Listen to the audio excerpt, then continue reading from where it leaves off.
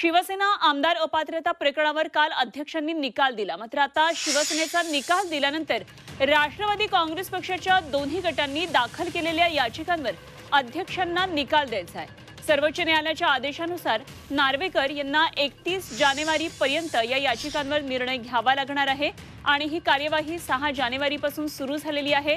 20 जानेवारीला साक्षीदारांची आता उलट तपासणी आहे, 23 जानेवारीला प्रतिवादींची उलट तपासणी होणार आहे आणि अंतिम सुनावणी ही 25 जानेवारीला सुरू होईल आणि 27 जानेवारीला संपेल। त्यानंतर अध्यक्ष नार्वेकर आपला निर्णय देतील। तेव्हा या निकालाकडेही संपूर्ण राज्याचं, राजकीय वर्तुळाचं आणि राष्ट्रवादीतल्या कार्यकर्त्यांचं लक्ष आहे।